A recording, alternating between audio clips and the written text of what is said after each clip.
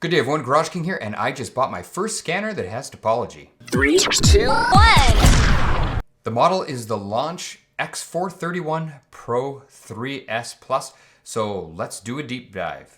Now it comes with a non-16 pin adapter box. This is for OBD1, and here's the beast. It's actually in quite a really big box. Let's open it up and see what it looks like inside. You can see we have this, which is really nice for, I guess, storing things. Let's open it up.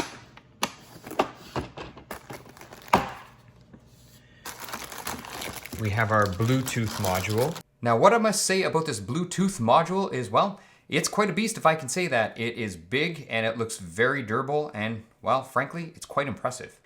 We have an Ethernet cable, and then we have our regular cables that will attach to the Bluetooth module. This is what we get in the bag. So obviously we get our OBD2 cable, that's gonna go with that. We get our charging cable, that's gonna go with that. We get our AC power adapter, that's right there. Another adapter here if you're overseas. And then we have another cable here that looks almost like it's for a printing port or something like that. On this side, we have our manuals, activation code, and then under here, we should have, yes, our scanner. So this is what it looks like. Seems like it's very well made. It's got a steel sort of prop up in the back. There's your camera.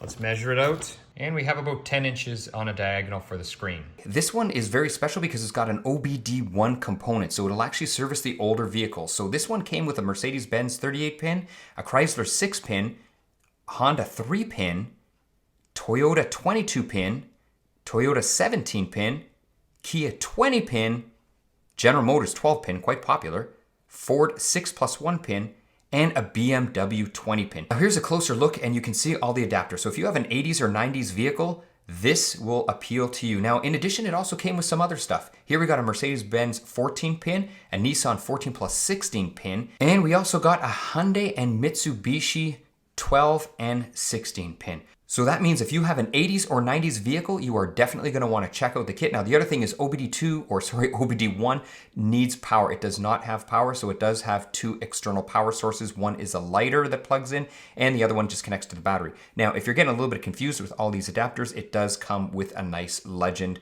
So very, very easy. The other thing I did find was the settings and setup of the unit was quite easy. You're able to change notification volumes, media volumes, just simple things, display brightness, quite easy. So I did like that. The one thing I was actually surprised with, and I really don't know how to use it well, I haven't tried it yet, is the remote control where you can control this thing from another device or computer. So I don't know too much about that. If anyone actually uses remote, please let me know because I don't. I should also highlight the download speed. I thought it was really quick. The video is not being sped up right now, and you can see how fast everything actually installs. I did find this faster than other scanners, so I was pretty impressed. So I figured, you know what? I'm just gonna mention it. Now, when you're in the car, the one thing to look at is make sure that the Bluetooth is connected. There you can see it wasn't, and now it is. So you may have to just make sure that you link it. It's really not a big deal, and it kind of does it itself. So how does this thing actually work in action when we're trying it? Well, let's see, let's find out. We go intelligent diagnosis, and you can see there it's gonna read the vehicle VIN, it's gonna decode the VIN, and then it's gonna pre-populate what it thinks our vehicle actually is. And if you're wondering if I sped this up, no I didn't, because I wanted to show you real time. There you go, it figured out it was a Lexus. So that's good. But before we get into diagnosing our Lexus, let's check out the special features and the service functions, because that's what a lot of people want to know. So here, if you can take a look, here is all the service functions. So it is packed full of service functions. I'll let you sort of look at them all. There's a quick scroll. You can pause the video if you want. So it does have a lot of service functions. Now it's hard to get it all on the screen. There you go, there's the button there. I'm going into the toolbox. You can see it leads us into a sub menu where we can even go into an oscilloscope. Now, obviously you have to buy the scope box and it's an attachment. I'm going into key programmer right now, so let's see what it says. And there you can see read transponder, generate transponder, remote function. There's just a ton of stuff in this, so it is quite a bit. I'll show you here the vehicle coverage. I did speed that up because we don't want to wait for it to think for a second. So here I'm scrolling through and you can see there's all the vehicle coverages. So there is quite a bit. The one thing I did notice when we were going into vehicle coverage is you can see there's actually some special features in there too. Like if you saw for diesels, the regen, it was in there as well. Some of the stuff there's seat occupancy calibration, steering angle reset. So some of it's in there, tire reset. I think this is just a screen where it's got absolutely everything in there. Here we go, odometer check. So it'll tell you the vehicle coverage for odometers, I guess working and changing odometers, or if you have to do a correction on your mileage.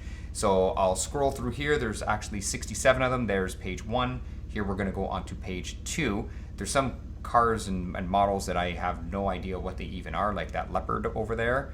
I know what a Maserati is. We're into M's. There's Porsche.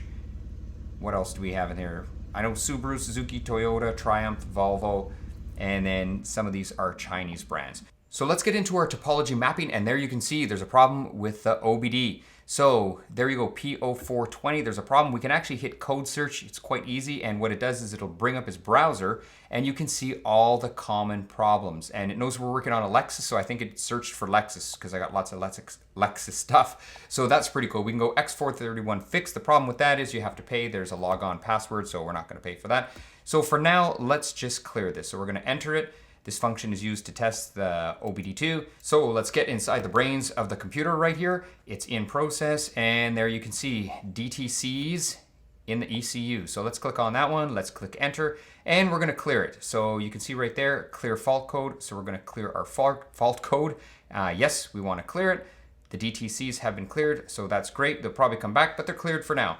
So now let's give you a little bit of a demo. We're gonna read the live data. We're just gonna pick a few things. I'm not gonna go into super detail with this because every vehicle is going to be different, but most vehicles are going to have a lot of stuff. So this Lexus had quite a bit of stuff. You can see there's a numerical value. Say for example, now you wanna graph them. All we do is push the buttons on the side, and you can see we're graphing them. And you know what, better yet, if we wanna get even more fancy, what we can do is we can overlay our graphs. So we're gonna put combine, and there you can see the information is overlaid. And by the way, I'll just let you know, full disclaimer, you can do a maximum of 4 data streams.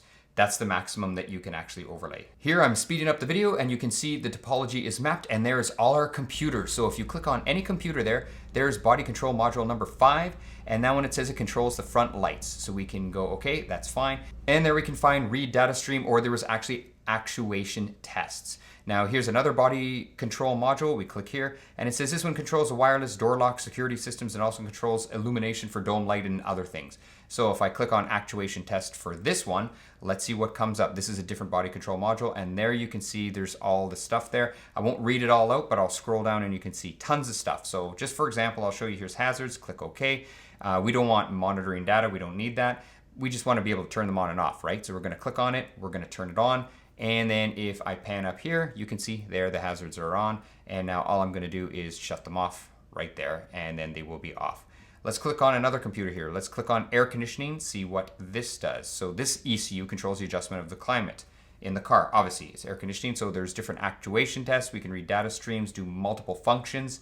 Here's all the tests, the actuation tests that we can do. Let's pick a good one. So for example, say here's blower motor.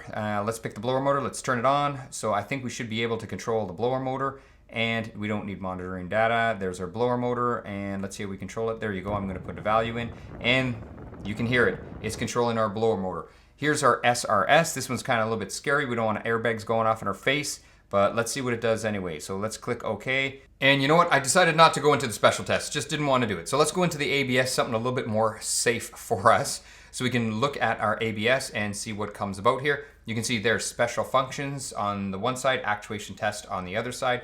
So here's our special functions. So you can see there are a number of special functions. Actuation tests are a little bit different. Here is our actual actuation tests, if I can say that. So it's got quite a few of them. So the scanner really does do a lot. I'm actually quite impressed. Now here, if we click ECM, so engine control module, so we're gonna probably get a ton of stuff in here because this is the actual engine control. So you can see there's special function, actuation test, there's all of our fault codes, tons of stuff in here. So if we're looking here, we can see here all the stuff we can activate. So these are our actuation tests. I'll just scroll through them. And there's tons of stuff. Now, please keep in mind, each vehicle is going to be a little bit different. So it just depends what the ECM will release to the scanner. Now, one other thing I did want to mention is when you're on the topology map, you can see to the left, there's system topology, there's system list, there's ADAS calibration. Then you can go right into service function, customize setting, and vehicle information. So it's actually really, really easy. So what did I think of this scanner? You know, I actually love it. This is my new fave, and I don't think I want to get a scanner that does not have topology. So that's it for the video. Any questions or comments, please leave them below.